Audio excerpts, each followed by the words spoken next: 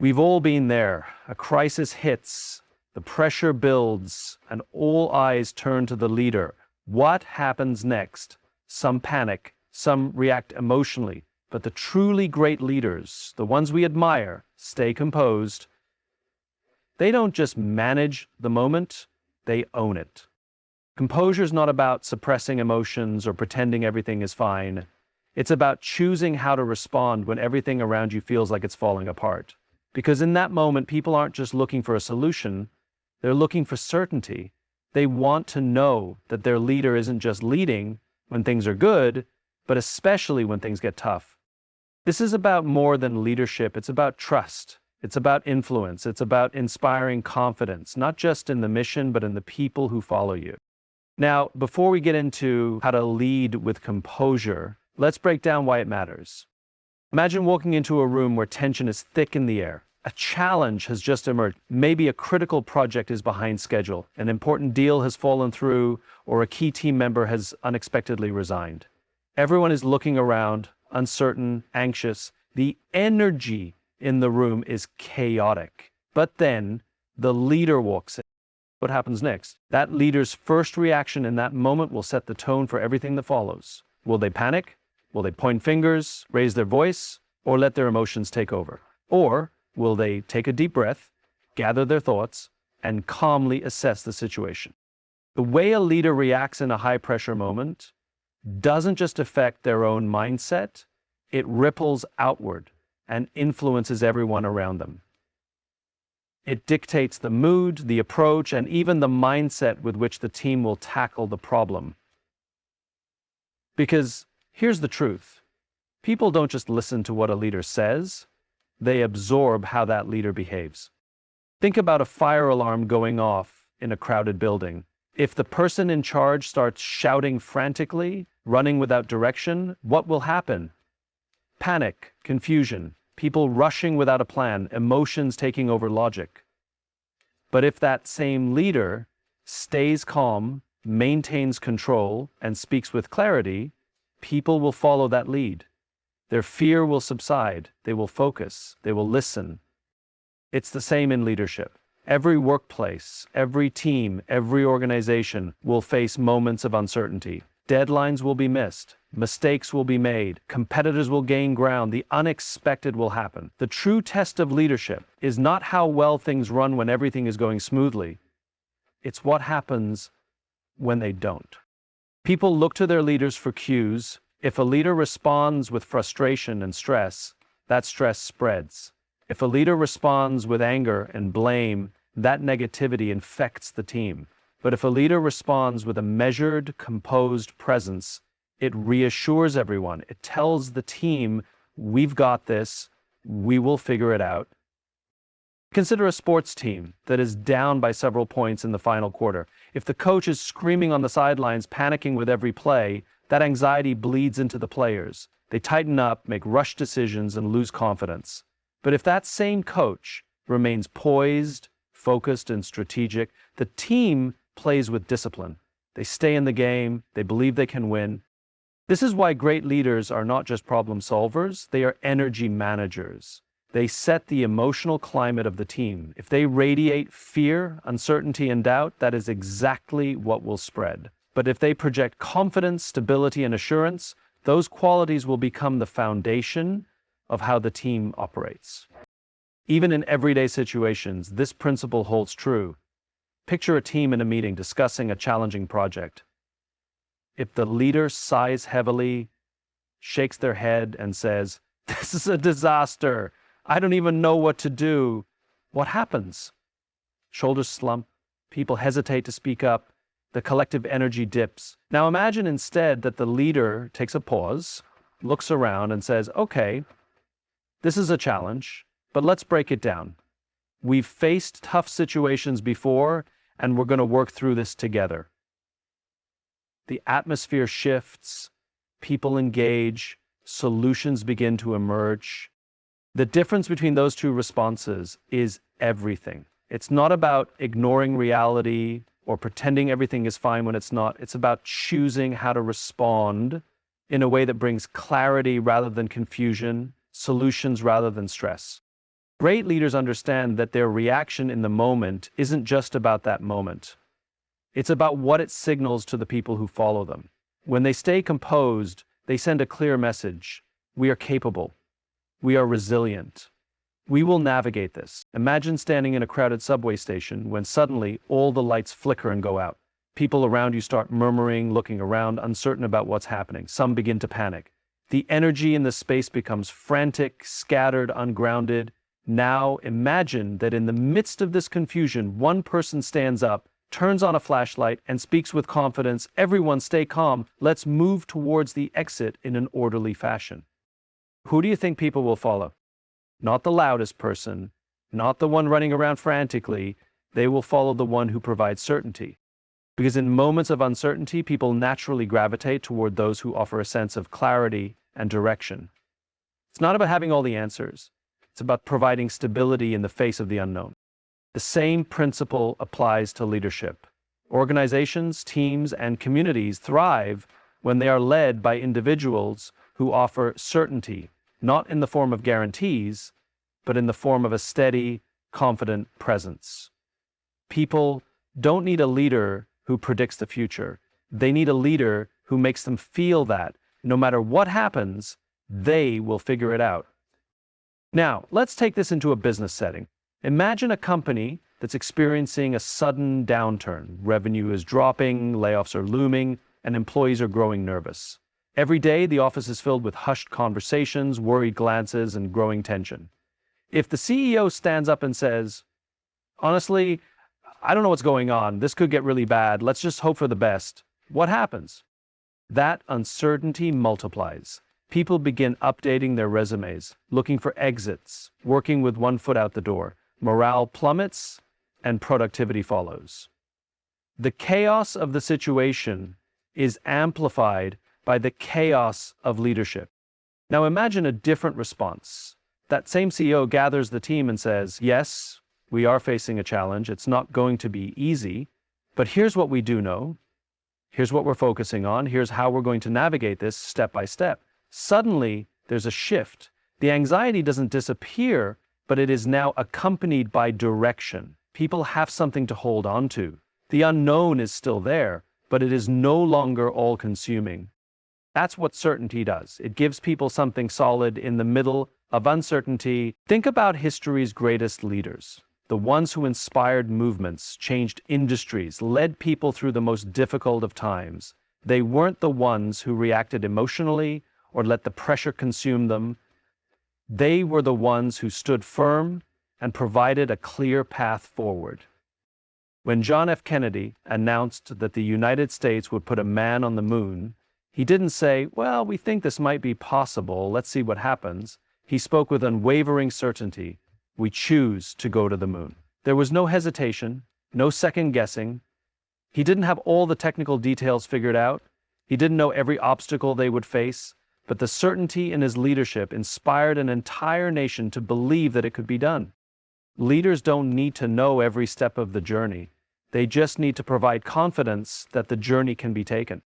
This is why great leaders are often described as anchors in a storm. When the waves rise and the winds howl, they do not drift aimlessly. They hold steady. They keep the ship from being tossed around by every passing wave. That steadiness is what gives people the confidence to keep moving forward, even when they don't have all the answers.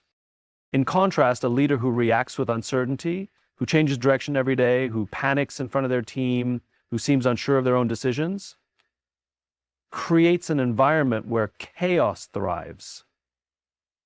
And in chaos, people hesitate, they hold back, they become paralyzed by doubt rather than fueled by momentum. Even in everyday situations, this principle plays out. Consider two managers delivering bad news to their teams. The first one walks in, sighs, and says, "I don't know how to say this, but things aren't looking good. I honestly don't know what's going to happen." The second one walks in and says, "We're facing some challenges, but here's what we know, and here's what we can control." Who will the team trust? Who will they follow? The answer is obvious. People don't follow chaos. They follow certainty. They follow those who stand firm in the face of the unknown and say, "We will find a way forward." Have you ever walked into a room and immediately felt the energy shift? Not because of anything that was said, but simply because of the way people felt? Maybe it was tension in a meeting before anyone even spoke, or excitement at a concert when the crowd was buzzing with anticipation. That's because emotions are contagious. Human beings are wired to pick up on the emotions of those around us. We don't just hear words, we feel the energy behind them. Our brains are equipped with mirror neurons, cells that make us subconsciously mimic the emotions and behaviors of those we observe. It's why we yawn when someone else yawns. It's why laughter spreads so easily in a room full of people. And it's why, in moments of uncertainty, people take emotional cues from their leaders. Now imagine an office where stress is running high, a big client deal is on the line, deadlines are looming, the pressure is tangible, the team is waiting for the manager to enter the room and address the situation. If that manager walks in looking tense, frustrated, and overwhelmed, what happens? The team absorbs that energy. Shoulders tense up, breathing becomes shallow, panic spreads like wildfire. Now imagine that same manager walking in, taking a deep breath and speaking in a calm, measured tone. All right, here's where we are. This is a challenge, but we're going to handle it. Let's break this down and figure out our next steps. The energy in the room shifts, not because the problem disappeared, but because the emotional state of the leader changed the atmosphere. People breathe easier, their minds clear. Instead of reacting emotionally, they start thinking rationally. This is what great leaders understand. Your emotions don't just belong to you, they spread to everyone around you. Think about a great coach during a championship game. The team is down, the clock is running out. If the coach starts yelling frantically, throwing their hands up and looking visibly distressed, what happens to the players? They tighten up, they hesitate, their performance suffers. But if that same coach remains composed, focused, and strategic, the team feeds off that energy. They regain their confidence, they focus on execution rather than fear. This isn't about pretending everything is fine when it's not. It's about choosing what emotion to amplify in the moment. Because emotions don't just stay contained, they spread. There's a reason why the best leaders, the ones who inspire trust and loyalty, are described as steady, grounded, or calming. It's not that they don't feel pressure or uncertainty. It's that they manage their own emotions before letting those emotions dictate the experience of those around them. Imagine being on an airplane and suddenly feeling turbulence. Drinks shake, overhead bins rattle, passengers glance nervously at each other. What does everyone do next? They look at the flight attendants. If the crew looks worried, people panic. If the crew remains calm, people stay composed. The actual turbulence hasn't changed, but the emotional reaction to it has. Because people take their cues from those in charge. Leadership is the same way. In any organization, on any team, in any crisis, people will look to their leader to determine how they should feel about a situation. If the leader exudes confidence, even in uncertainty, the team will find steadiness in that presence. If the leader is frazzled, hesitant, or overwhelmed, that emotional state will multiply across the group. This effect isn't just theoretical, it's biological. Studies in neuroscience show that our brains are constantly syncing up with the emotions of those around us. It's called emotional contagion, and it's a powerful force. When we interact with someone who is stressed, our body unconsciously responds by increasing our own stress hormones. When we engage with someone who is calm, our body mirrors that state, slowing our heart rate and helping us think more clearly. Great leaders don't just manage tasks, they manage energy. They understand that their emotional state has the power to either stabilize a team or send it into chaos. They know that their words matter, but their presence matters even more. People will often forget exactly what was said in a stressful moment, but they will never forget how they felt around that leader. It's why the best leaders train themselves to be aware of their emotions, especially in high-pressure situations. They don't react impulsively. They don't allow external circumstances to dictate their internal state. Instead, they set the emotional tone deliberately, consciously, and consistently. Because when emotions spread, they can either create an environment of fear and hesitation or one of confidence and action. and the leader decides which one it will be. Trust isn't built in easy times. It's built in moments of pressure, when uncertainty is high, when stakes are real, and when people need something solid to rely on. Think about the people you trust the most. Are they the ones who react unpredictably? Who let their emotions dictate their decisions? Or who crumble under pressure? Or are they the ones who remain steady, the ones who don't get easily rattled, the ones you can count on no matter what? In leadership, trust isn't given automatically. It's earned over time, and one of the most powerful ways to earn it is through composure. Because in moments of stress, people don't just listen to what you say, they watch how you respond.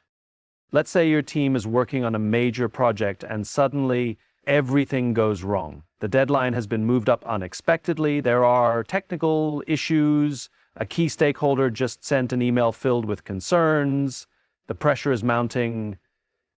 Now, imagine two different leaders in this scenario. The first leader storms into the room, overwhelmed and frustrated. They start speaking quickly, raising their voice, shifting blame. How did we let this happen? This is a disaster. I need answers now. The team, already on edge, feels even more anxious. People freeze. Some start defending themselves instead of solving the problem. Tension rises. Productivity drops. The second leader walks in, assesses the situation, and takes a deep breath before speaking. Okay, this is a challenge, but we're going to figure it out. Let's break this down step by step. First, let's identify the biggest roadblocks. Then, we'll tackle them one at a time. The team exhales. Their focus shifts from panic to problem solving. The environment transforms from stress and defensiveness to clarity and action. Which leader would you trust?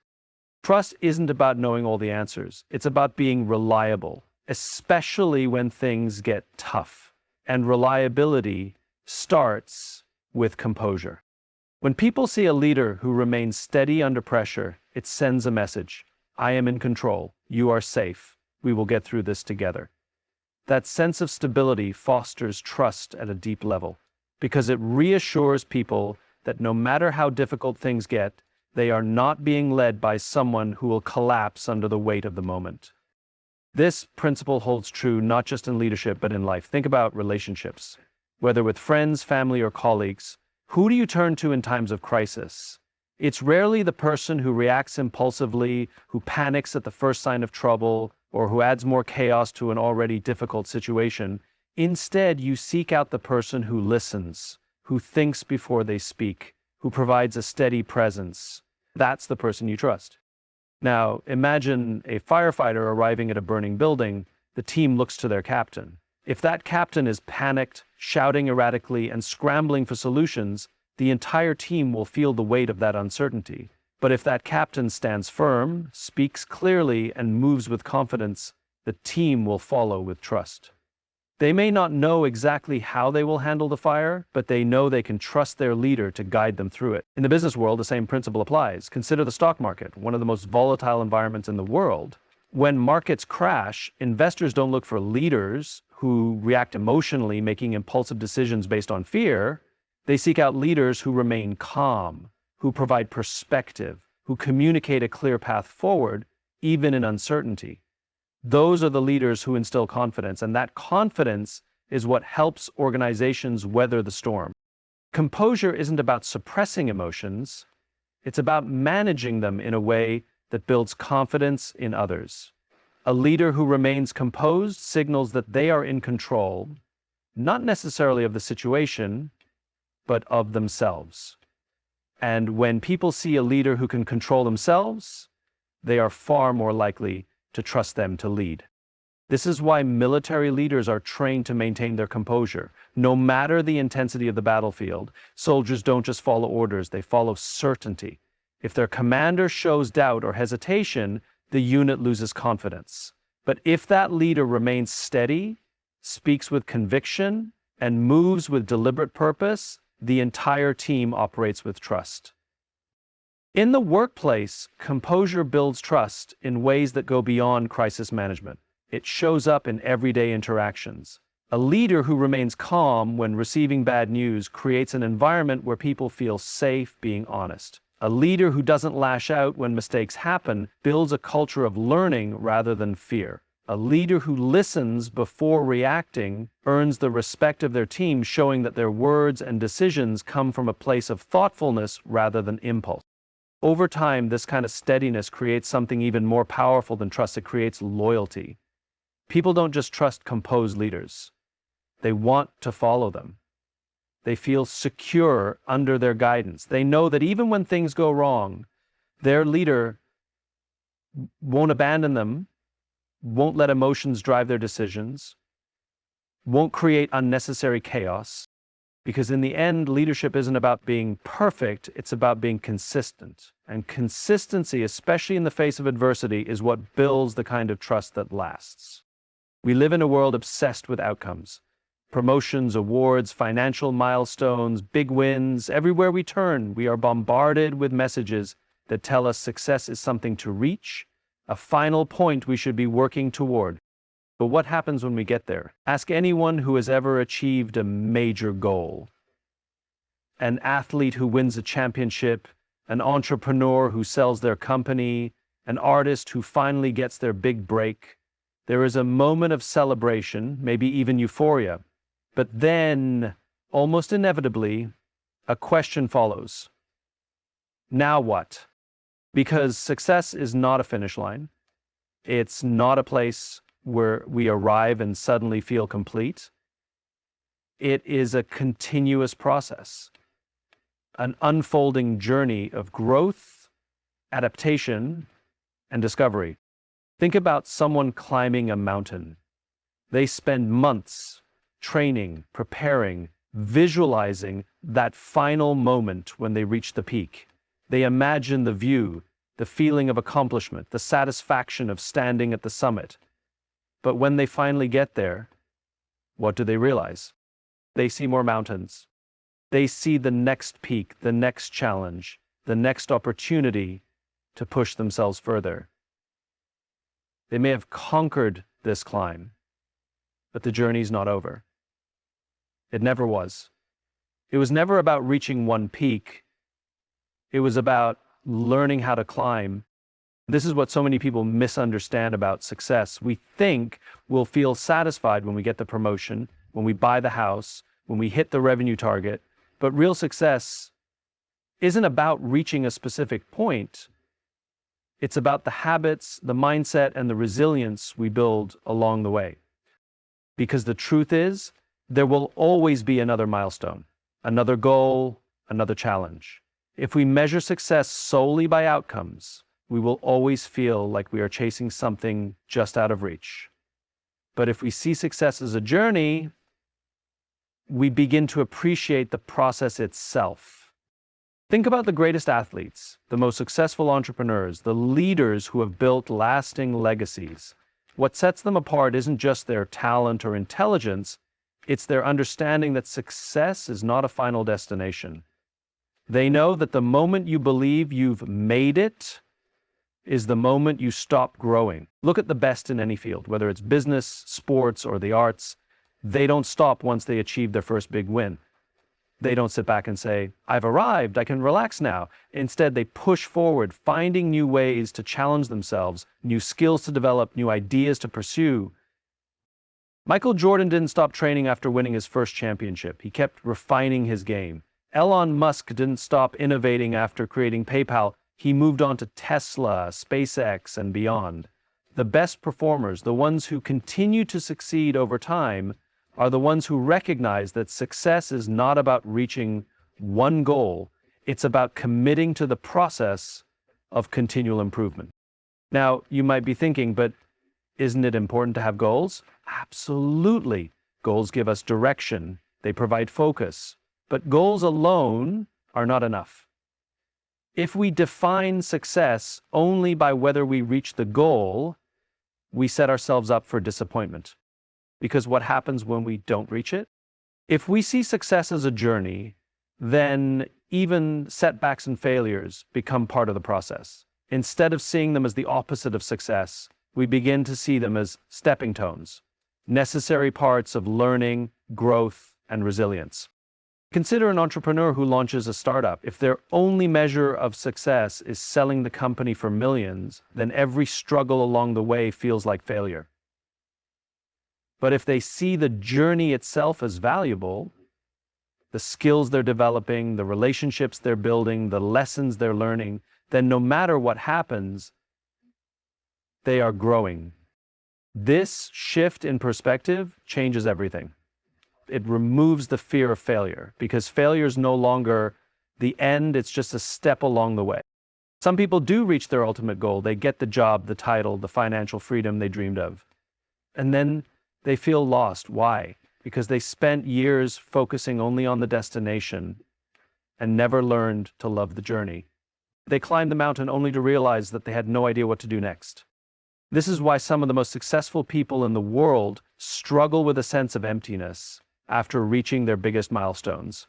Olympians fall into depression after winning gold medals. CEOs feel unfulfilled after selling billion-dollar companies. Musicians who spent years trying to break into the industry find themselves uninspired once they finally make it. Because if success is only about reaching the top, then what happens when you get there? The happiest, most fulfilled people don't just chase outcomes. They fall in love with the work itself. They embrace the challenges, the grind, the everyday progress. They don't view success as a fixed point on the horizon. They see it as something they experience every single day by doing work that matters, pushing themselves and growing. A true artist doesn't create just to finish a painting. They create because the process itself brings them joy. A true leader doesn't just aim for a title. They lead because they find purpose in guiding others. A true innovator doesn't just want to launch one successful product. They thrive on solving problems, exploring ideas, and pushing boundaries. When we shift our mindset from arriving to growing, everything changes. Success is no longer something we might achieve someday. It becomes something we live every day. And that's when the journey itself becomes the greatest reward. Success isn't a moment. It's not a single achievement, a title, or a destination we arrive at and then stop. It's an ongoing journey, one that demands resilience, growth, and a commitment to the process rather than just the outcome. Leaders who understand this don't just chase milestones. They embrace the daily effort, the challenges, and the lessons that come with them. They recognize that their reaction sets the tone, that people follow certainty, not chaos. They understand that emotions are contagious, and that their composure, especially in high-pressure moments, builds trust. When we lead with composure, we inspire confidence. When we embrace the journey, we continue to evolve. The best leaders, the most successful individuals, are the ones who never see themselves as having arrived, because they know that true success is found in the journey itself.